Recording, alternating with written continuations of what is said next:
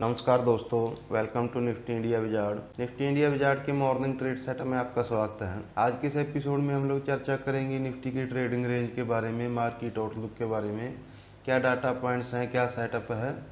कल की जो सेलिंग थी खास करके बैंक निफ्टी में 800 पॉइंट की गिरावट के बाद फिर आज हमारी क्या रणनीति हो, फाइनेंशियल्स पे हमारा क्या व्यू हो, इन सब पे हम लोग चर्चा करेंगे। चलिए दोस्तों, शुरू करते हैं आज का सेटअप। सबसे पहले हमारा सेटअप चेक कर लेते हैं। ग्लोबल सेटअप को मैंने न्यूट्रल रखा है। हालांकि कल जितनी तेज़ी हम डाउ फ्यूचर्स में पचा के गए थे 100 पॉइंट के ऊपर की तेज़ी, वहीं पे उतनी ही तेज़ी के साथ अमेरिकी बाज़ारों में कल कारोबार हुआ। लेकिन आज डाउ फ्यूचर 85 पॉइंट ऊपर काम कर रहे हैं। जापान के बाज़ार भी 100 पॉइंट से ज़्यादा की तेज़ी के साथ काम कर रहे हैं। SGX निफ्टी भी 70 पॉइंट से ज़्यादा की तेज़ी के साथ काम कर रहा है। हल्के हरे निशान में सभी बाजार काम करें, लेकिन फिर भी मैंने इसको, क्योंकि हमने ये तेज़ी कल अपनी क्लोजिंग के समय डिस्काउंट की थी, इसीलिए मैंने इसको ग्लोबल सेटअप को आज न्यूट्रल रखा है फिलहाल के लिए। इंस्टीट्यूशनल डाटा देख लेते हैं। FI का मैंने न्यूट्रल रखा है, DI का नेगेटिव रखा है। हालांकि कल दोनों की तरफ से कैश मार्केट में सेलिंग के फिगर थे और FI लास्ट वीक हमने कल भी डिस्कस किया था कि FNO में लगातार बेच रहे थे। लेकिन फिलहाल आज के लिए मैंने FNO डाटा, इसका FI का डाटा न्यूट्रल और DI का डाटा नेगेटिव रखा है। देख लेते हैं क्यों। FI ने कल 400 करोड़ के आसपास की सेलिंग की, DI ने फिर 1000 करोड़ के आसपास की सेलिंग की। FI ने हल्के इंडेक्स फ्यूचर खरीदे और न्यूट्रल था उनका स्टॉक फ्यूचर में 150 करोड़ के आसपास की सेलिंग थी। तो इसीलिए मैंने जो FI का डाटा है उसको मैंने न्यूट्रल साइड रखा है और DI का डाटा मैंने नेगेटिव साइड रखा है। FNO डाटा मैंने न्यूट्रल कर दिया दोस्तों। आपको याद होगा हम काफ़ी दिन से ये चीज़ बोल रहे थे कि मार्केट्स में करेक्शन की ज़रूरत है, क्योंकि पुट कॉल रेशो काफ़ी हायर साइड पे है। तो 1.40 के आसपास आ गया, वो थोड़ा कंफर्ट देता है दोनों साइड में, तेज़ी और मंदी करने वालों को। कल जिस प्रकार से बैंक निफ्टी में सेलिंग आई, 800 पॉइंट बैंक निफ्टी ऊपर से गिर गया, काफ़ी तेज़ी की पोजीशन कल अनवाइंड होगी, जिसकी वजह से हमारा पुट कॉल रेशो था वो 1.4 के आसपास आ गया। इसलिए हमने अपना FNO डाटा न्यूट्रल कर दिया है दोस्तों। तो इसके चलते आज हमारी क्या ट्रेडिंग रेंज रह सकती है निफ्टी में, उसको देख लेते हैं। आज हमने जो ट्रेडिंग रेंज चुनी है वो रेंज चुनी है 11,085 से लेके 11,200। इस जोन में हम पिछले 5 ट्रेडिंग सेशन से कंटिन्यूस स्ट्रगल कर रहे हैं। ना हम ब्रेकआउट दे रहे हैं, ना ब्रेक डाउन दे पा रहे हैं इस जोन में। तो आज भी हमने इसी जोन को ट्रेडिंग रेंज के लिए चुना है, क्योंकि SGX निफ्टी एक गैप अप ओपनिंग के इंडिकेशन दे रहा है। तो हम फिर आज इसी रेंज के बीच में कहीं खुलेंगे। तो उसके बाद फिर कल का जो हाई लो है वो हमारे लिए सपोर्ट और रेजिस्टेंस का काम करेगा। इसीलिए हमने ये ट्रेडिंग रेंज चुनी है। ये आवरली चार्ट पे ये देखिए, ये क्लियरली ये रेंज निकल के आ रही है। 11,085 के नीचे की ट्रेंड लाइन का सपोर्ट है और ऊपर रेजिस्टेंस 11,200 250 की जोन में रेजिस्टेंस आ रहा है। तो सपोर्ट और रेजिस्टेंस कैसे हमने आज डिफाइन किए हैं इसको भी देख लेते हैं दोस्तों। सपोर्ट और रेजिस्टेंस में हमने रेजिस्टेंस के लिए चुना है 11,200 11,237 और सपोर्ट के लिए चुना है 11,037 से 11,085। लास्ट वीक हमने मंडे को गैप अप ओपन किया था दोस्तों।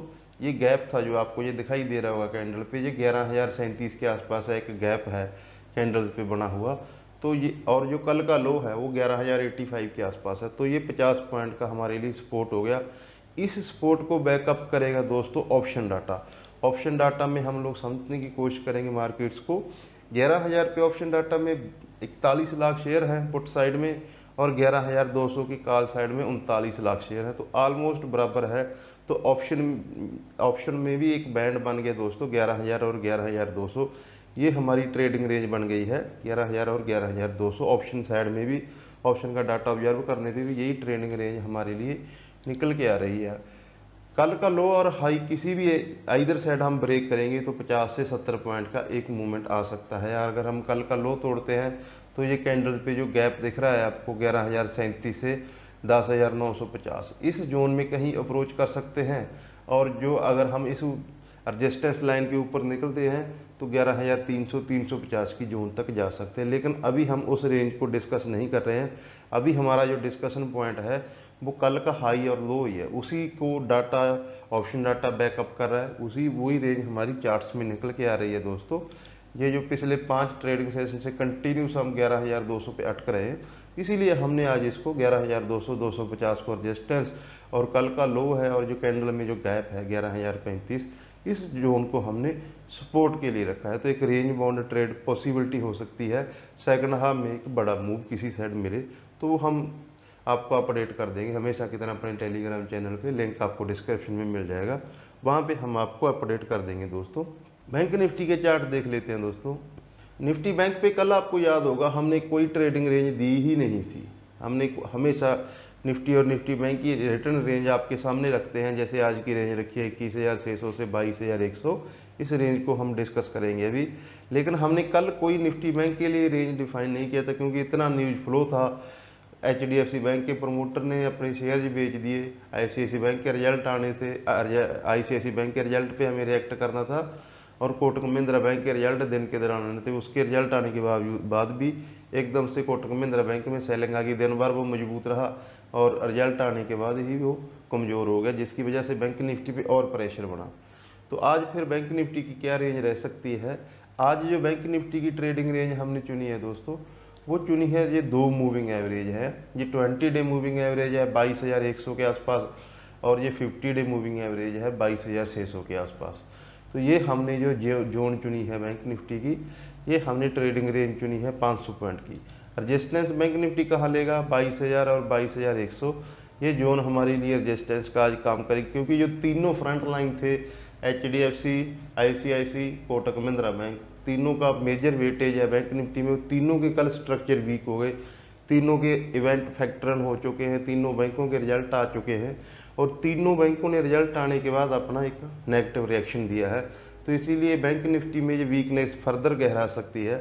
तो वीकनेस आने के बाद बैंक निफ्टी कहाँ सपोर्ट ले सकता है? तो आज के लिए जो हमने इंट्राडे सपोर्ट बैंक निफ्टी के लिए चुना है दोस्तों, वो चुनी है जो 50 डे मूविंग एवरेज है 21,600 और 21,500। इस जोन में बैंक निफ्टी सपोर्ट ले सकता है, क्योंकि एक तो जो मूविंग एवरेज आ गई, और दूसरा वहाँ पे ऑप्शन साइड में 21,500 पे सबसे ज़्यादा ओपन इंटरेस्ट है। तो ये हमारे लिए बैंक निफ्टी का आज सपोर्ट जोन होगा। बैंक निफ्टी को ऑब्जर्व करना है दोस्तों, तो आप कोटक, HDFC और ICICI बैंक को वॉच करें। इन बैंकों में मूवमेंट आएगी तो बैंक निफ्टी बहुत फास्ट किसी भी साइड में रिएक्शन देगा। फिलहाल हमने इसकी एक बाउंड्री निर्धारित कर दी, ऊपर की तरफ और नीचे की तरफ, दोनों साइड हमने इसकी एक बाउंड्री निर्धारित कर लेती है। स्टॉक ऑफ द डे देख लेते हैं दोस्तों। स्टॉक ऑफ द डे आज हमने कॉन्ट्रा ट्रेड चुनी है, वो चुना है ब्रिटानिया।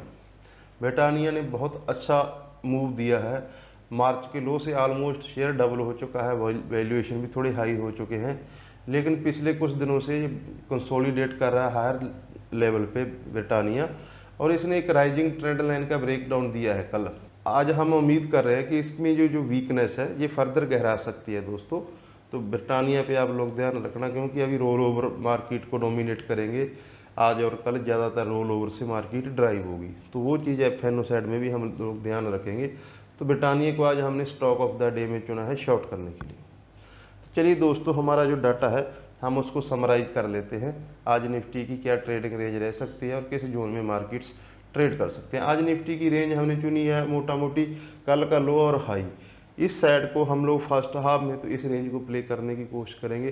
सेकंड हाफ में मार्केट का क्या सेटअप बनता है, ब्रॉडर मार्केट में आपने देखा होगा कल काफ़ी पेन था, काफ़ी एडवांस डिक्लाइन रेशो कल काफ़ी वीक था, पूरा दिन ब्रॉडर मार्केट ने कोई रिकवरी नहीं दिखाई, और 1.5% के आसपास मिड कैप इंडेक्स भी दिन के दौरान गिरावट के साथ बंद हुआ है। तो इसीलिए हम आज फर्स्ट हाफ में तो इस रेंज को कल वाली लो और हाई को प्ले करेंगे। सेकंड हाफ में अगर इस रेंज का ब्रेकआउट या ब्रेकडाउन होता है तो फिर 50 से 70 पॉइंट का फ्रेश मूव निफ्टी में आ सकता है। तो मैं उम्मीद करता हूं दोस्तों जो हमारे एनालिस्ट हैं उससे आपको आपकी ट्रेडिंग में मदद मिलेगी। दोस्तों अपना और अपनों का ख्याल रखें। नमस्कार।